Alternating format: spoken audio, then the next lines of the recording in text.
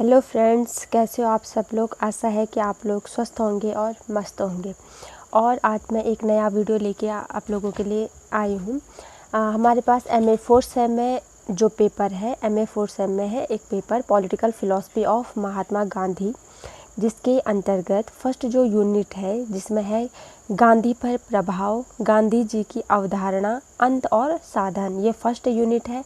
और आज हम बात करेंगे, ये आज का वीडियो थोड़ा छोटा रहेगा क्योंकि आज हम सिर्फ बात करेंगे गांधी जी के सामान्य जीवन परिचय पर, क्योंकि हमारे लिए बहुत ज़रूरी हो जाता है पॉलिटिकल साइंस के स्टूडेंट्स के लिए कि अगर हम किसी भी थिंकर्स को पढ़ रहे हैं, ठीक है, तो सबसे पहले हमें उनका जो सामान्य जीवन परिचय होता है उसका नॉलेज होना बहुत ही ज़्यादा ज़रूरी है। अगर हमें उनके बारे में नहीं पता रहेगा तो हमें जो उनके सिद्धांत वगैरह है वो भी हम अच्छी तरह से कवर नहीं कर पाते हैं या समझ नहीं पाते हैं। तो सबसे पहले हमें उस जो थिंकर है, हमारे पास जो थिंकर दे रखे हैं उनके बारे में हमें पता होना चाहिए। तो आपके पास कोई भी थिंकर होते हैं, जैसे हमें कई बार जो और जो यूरोपीय जो विद्वान होते हैं उनके बारे में पढ़ना पड़ता है, तो हमें सबसे पहले उनके बारे में सारी जानकारी होना चाहिए, उसके बाद ही हम उसको अच्छी तरह से समझ सकते हैं। तो पेपर है political philosophy of Mahatma Gandhi, जिसके अंतर्गत आज हम गांधी जी का सामान्य परिचय देखेंगे।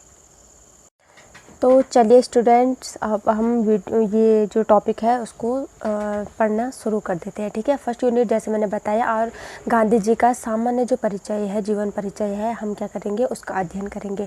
गांधी जी का जन्म 2 अक्टूबर 1869 को गुजरात के काठियावाड़ जिले के पोरबंदर नामक स्थान पर हुआ था, ठीक है। गांधी जी का जन्म कब हुआ था? 2 अक्टूबर को, सन क्या था? 1869 को गुजरात के काठियावाड़ जिले के पोरबंदर नामक स्थान पर इनका जन्म हुआ था। इनका जो पूरा नाम है मोहनदास करमचंद गांधी था, ठीक है। उनका परिवार पंसारी व्यापार करता था, जबकि पिताजी राजकोट के दीवान थे।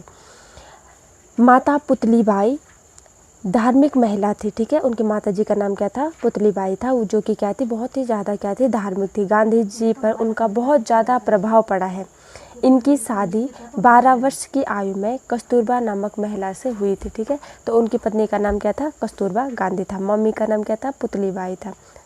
1887 में 10वीं करने के बाद वे वकालत की पढ़ाई करने के लिए लंदन चले गए। 1891, ठीक है। आप आगे बात करते हैं कि 1891 में बैरिस्टर बन के लौटे, वकालत शुरू कर दी। क्या हुआ? जब वो वहाँ से आए तो उन्होंने भारत में आके क्या किया? वकालत शुरू कर दी। इसी बीच वे दक्षिण अफ्रीका गए। वहाँ उन्होंने देखा कि गोरे लोग काले लोगों पर बहुत अत्याचार कर रहे हैं। गोरे लोग मतलब अंग्रेज हैं, और भारतीयों को काला कहा जाता था। काले लोग भारतीयों को संबोधित किया जाता था, ठीक है। तो काले लोगों पर बहुत ज़्यादा क्या कर रहे थे? अत्याचार कर रहे थे। उन्होंने इसके खिलाफ आवाज़ उठाई। दक्षिण अफ्रीका की अंग्रेज सरकार से लड़ने के लिए उन्होंने सत्याग्रह आंदोलन का रास्ता चुना, ठीक है, जिसमें उनको काफ़ी सफलता मिली। बाद में यही आंदोलन भारतीय स्वतंत्रता संग्राम का प्रतीक बना। 1914 में गांधी जी भारत लौटे और अपने राजनीतिक गुरु गोपाल कृष्ण गोखले, बहुत बार एग्ज़ाम में पूछा जाता है, आप किसी भी एग्ज़ाम की बात कर ले, वहाँ पे अगर महात्मा गांधी जी के बारे में पूछा तो बहुत बार ये क्वेश्चन पूछा जाता है कि महात्मा गांधी जी के राजनीतिक गुरु कौन है, या महात्मा गांधी अपने राजनीतिक गुरु किसे मानते थे। तो इसका जो आंसर होगा वो होगा गोपाल कृष्ण गोखले, ठीक है। तो गोपाल कृष्ण गोखले को गांधी जी अपने राजनीतिक गुरु मानते थे। जब वो भारत लौटे तो उनके जो गुरु थे उन्होंने उनको भारत भ्रमण करने के लिए कहा। उन्होंने 25 मई 1915 को साबरमती के निकट साबरमती आश्रम की स्थापना भी की। यहाँ से उनका भारत में राजनीतिक, धार्मिक एवं समाज सुधारक के रूप में जीवन प्रारंभ होता है। आगे चलकर वे राष्ट्रीय आंदोलन के कर्णधार बन गए, ठीक है। देश के मजदूरों तथा किसानों के पक्ष में उन्होंने बहुत से आंदोलन चलाए, ठीक है। वो क्या थे? मजदूरों और किसानों के पक्षधर थे, इसलिए उन्होंने क्या किया? बहुत सारे आंदोलन चलाए। उन्होंने चंपारण में सत्याग्रह किया। चंपारण में क्या किया? सत्याग्रह किया। खेड़ा में भी सत्याग्रह किया। इनके अतिरिक्त भी उन्होंने असहयोग आंदोलन, सविनय अवज्ञा आंदोलन, अगस्त 1942 का भारत छोड़ो आंदोलन, ठीक है, ये प्रसिद्ध जो उनके द्वारा चलाए गए जो आंदोलन थे वो थे असहयोग आंदोलन, सविनय अवज्ञा आंदोलन और भारत छोड़ो आंदोलन। इनका क्या संचालन महात्मा गांधी जी के द्वारा किया गया था। इस प्रकार स्पष्ट है कि गांधी जी ने बड़ी सफलतापूर्वक सत्य और अहिंसा को आधार मानते हुए ब्रिटिश साम्राज्यवाद के विरुद्ध संघर्ष किया था, जिसकी परिणति 15 अगस्त 1947 को स्वतंत्रता के रूप में हुई। ठीक है, हमें आज़ादी कब मिली थी? 15 अगस्त 1947 को हमारा देश आज़ाद हुआ था। 30 जनवरी 1948 को प्रार्थना सभा में जाते समय नाथूराम गॉडसे नामक व्यक्ति ने उन्हें गोली मार दी। ठीक है, कब?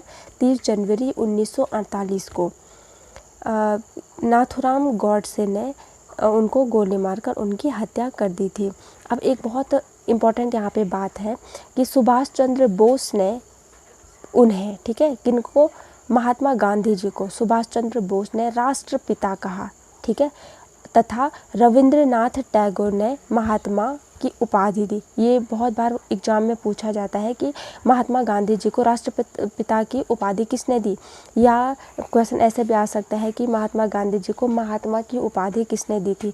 तो इसे अच्छी तरह से आप लोग समझ लीजिए। सुभाष चंद्र बोस ने महात्मा गांधी जी को राष्ट्रपिता की उपाधि दी थी और रविंद्रनाथ टैगोर ने महात्मा की उपाधि दी थी। अब गांधी जी की कुछ रचनाएं हैं, इन्हें भी आप लोग देख लीजिए। फर्स्ट आपका हिंद स्वराज, ठीक है, इसमें क्या है? हिंद स्वराज में उन्होंने जो अपने राजनीतिक विचार थे उनका उन्होंने उल्लेख किया है।